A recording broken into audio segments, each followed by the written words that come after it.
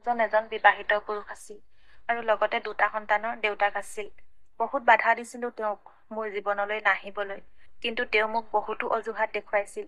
কৈছিল তেওঁ পত্নীৰ লগত আজি 6-7 বছৰে তেওঁ কোনো সম্বন্ধ নাই আৰু তেওঁক এগৰাকী অন্য সংগী প্ৰয়োজন। আৰু বাৰে বাৰে মই বাধা দিয়াৰ পিছতো তেওঁ মোক কৈছিল যে মই তোমাক ভাল পাওঁ, সেইটো মোৰ কথা। তুমি মোক ভাল পোৱা নে নোপোৱা সেইটো তোমাৰ কথা। মই ভাল পাওঁ বুলি যে তুমিও মোক ভাল পাবই লাগিব, সেইটো মই তোমাক কেতিয়াও জোৰ নকৰো। মই ভাল পাওঁ তোমাক, সেয়ে মই তোমাক সদায় ফোন কৰিম। আৰু এনেকৈয়ে তেওঁৰ লগত সদায় ফোনত কথা বতৰা হৈ এদিন মোৰ মনটো গলি গৈছিল। যিহেতু ময়োতো তেজ মঙহৰে গঢ়া মানুহহে নহয় জানো, মগজৰ ফালৰ পৰা ভুল কৰিছো বুলি জানিছিলো, কিন্তু মনটোৱে বেলেগ কিবা বিচাৰিছিল। ভুল বুলি জানিও মনটোৱে সেই ভুলখিনিকে ভাল পোৱা হৈছিল। আৰু তেনেকৈয়ে আমাৰ সম্বন্ধ বহু দূৰ আগবাঢ়ি গ'ল। তাতে এদিন মই প্ৰেগনেণ্ট হলো আৰু জীৱনত এটা বহুত ডাঙৰ ঝাটকা পালো, কিন্তু বহুত বেছি সুখীও হৈছিলো, কিয়নো মই মা হবলৈ ওলাইছিলো আৰু মোৰ গৰ্ভত মোৰ সন্তানে থিতাপি লৈছিল। মই ভাবিছিলো যে মই মোৰ সন্তানক বহুত ভাল মানুহ কৰিম, হেল্ডি কৰি তুলিম। ভাবিছিলো ইমানৰ পৰা মোৰ সংসাৰ আৰম্ভ, এখন সুখৰ সংসাৰ।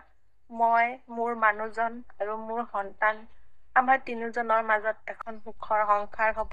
কিন্তু ভবা নাছিলো যে হঠাতে এজাক ধুমুহা আহি মোৰ সকলো আশা সপোন চুৰমাৰ কৰি ভাঙি লৈ যাব। মোৰ মানুহজনে মোৰ সন্তানটোক পৃথিৱীলৈ আহিবলৈ নিদিলে। বহুত চেষ্টা কৰিছিলো মই তাক বচাবৰ কাৰণে। তেওঁৰ লগত বহুত কাজিয়াও কৰিছিলো, কিন্তু তেওঁ মোক ব্লেকমেইল কৰিব ল'লে। যদি মই মোৰ সন্তানক পৃথিৱীলৈ আনো, তেনেহলে মোৰ মানুহজনক মই হেৰুৱাই পেলাব লাগিব, মানে মই বিধৱা হ'ব লাগিব। তেওঁ মোক মৰাৰ ভাবুকি দিলে আৰু অৱশেষত মই মোৰ মানুহজনক বচাবৰ কাৰণে মই মোৰ সন্তানক ত্যাগ কৰি দিব লগা হ'ল। যদি কেতিয়াবা কোনোবা এগৰাকী ছোৱালীয়ে এনেকৈ নিজৰ লগত ঘটি থকা ঘটনা অথবা নিজৰ জীৱন কাহিনী যদি এনেকৈ ছচিয়েল মিডিয়াত প্ৰকাশ কৰে, তেতিয়া ৰাইজে কি কৰিব, কাক দোষাৰোপ কৰিব জানেনে? সম্পূৰ্ণ ছোৱালীজনীকে দোষাৰোপ কৰিব।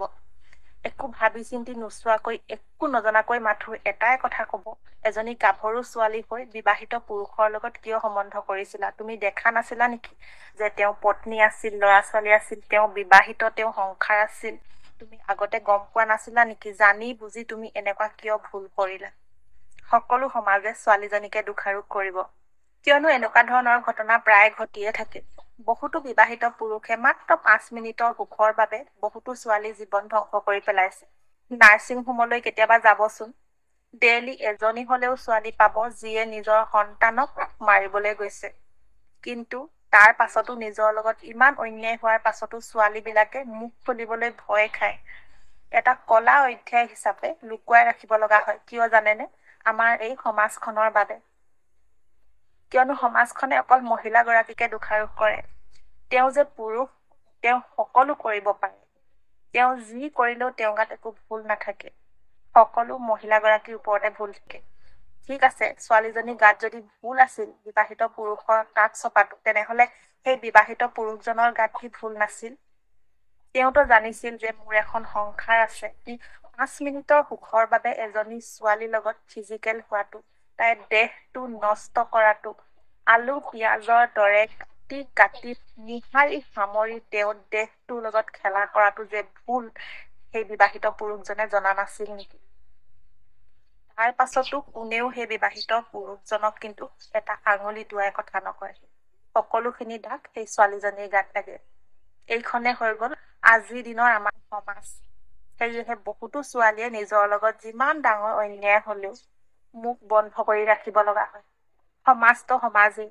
আইনৰ ওচৰলেও যদি যায়, আইনেও এটা কথাই কব, তেওঁ বিবাহিত বুলি তুমি জনা নাছিলা নেকি?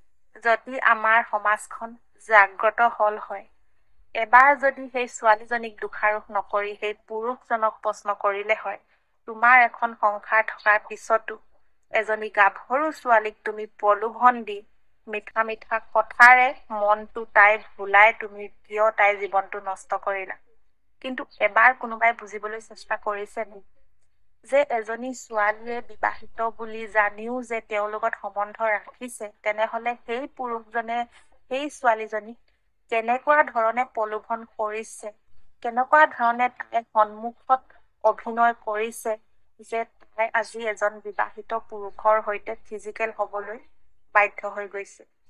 চাব গ'লে এইটো বাধ্য হয় এটা, কিয়নো প্ৰেম কেতিয়াও ছেক্স হ'ব নোৱাৰে। যিয়ে প্ৰেমৰ নামত ছেক্স কৰে সেয়া কেতিয়াও প্ৰেম হ'ব নোৱাৰে। কাৰণ আমাৰ মহিলাবোৰৰ অন্তৰখন বহুত বেছি কোমল। আমাক যদি কোনোবাই মৰমত এষাৰ কথা কৈ দিয়ে, আমাক যদি এবাৰ কেয়াৰ লয়, আমাৰ মনটো গলি যায় নহয়নে? আমি সহজতে কাৰোবাক বিশ্বাস কৰি লওঁ নহয়নে? আৰু সেই বিশ্বাসৰ ফল শেষত আমি ভুগো।